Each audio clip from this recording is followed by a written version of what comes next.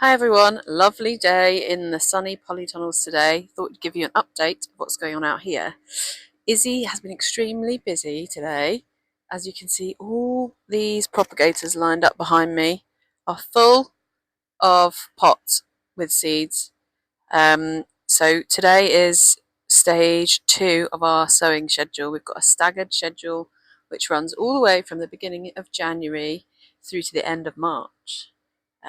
We're sowing different varieties at different times and then staggered sowings of each variety as well, depending on how long they take to germinate and to mature.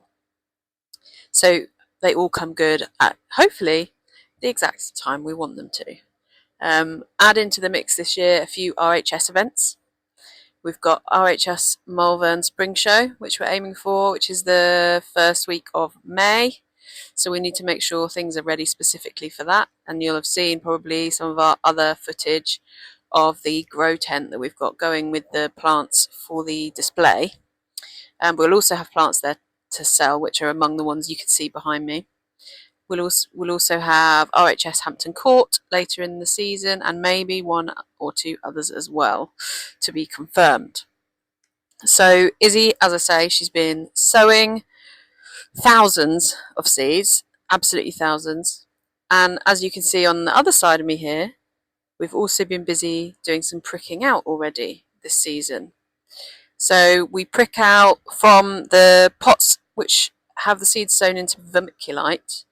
We then prick out and sow the seedlings into coir plugs, which is what you can see in the black trays. We sell these plugs online.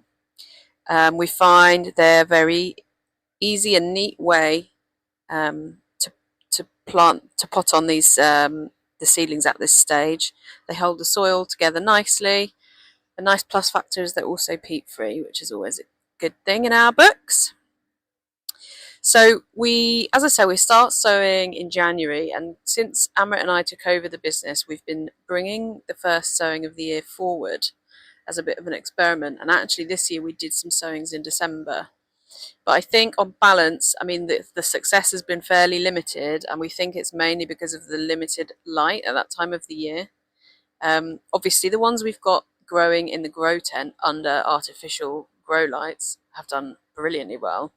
But the ones that we sowed and kept out here in the nursery tunnels, they did germinate and they limped on, but they're not doing any better than the ones that we sowed this side of Christmas. So that's probably not an experiment that we will repeat or bring into regular programming, shall we say. So we've also, now that the weather is a bit brighter and we have got more sunshine, we've got Phil cleaning all of our crop tunnels because they have got several years worth of grime on them, and sunlight is obviously making a huge difference to the success of the plants. So having nice clean tunnels for them to go out into once they're ready to be put into the ground is hopefully going to give them another big boost when we get to that time of the year as well. So that's critical.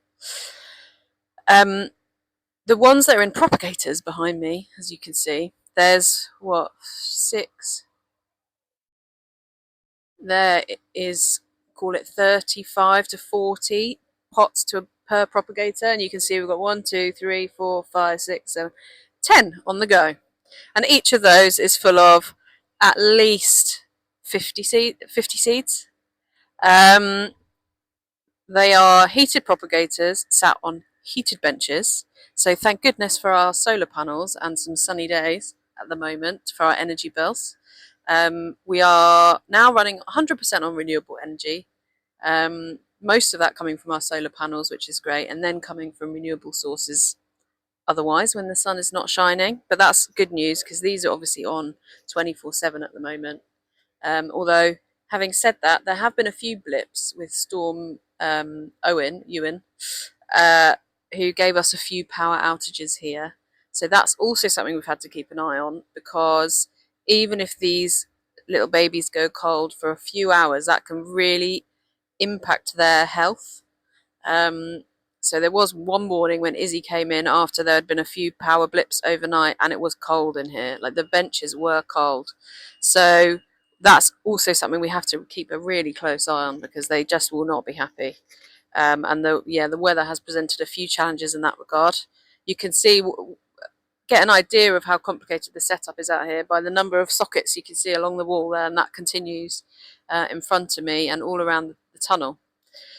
So it's quite a complex setup, and the guys are keeping very busy out here. Lots of sowings, and we will bring you updates over the weeks to come. Stay tuned.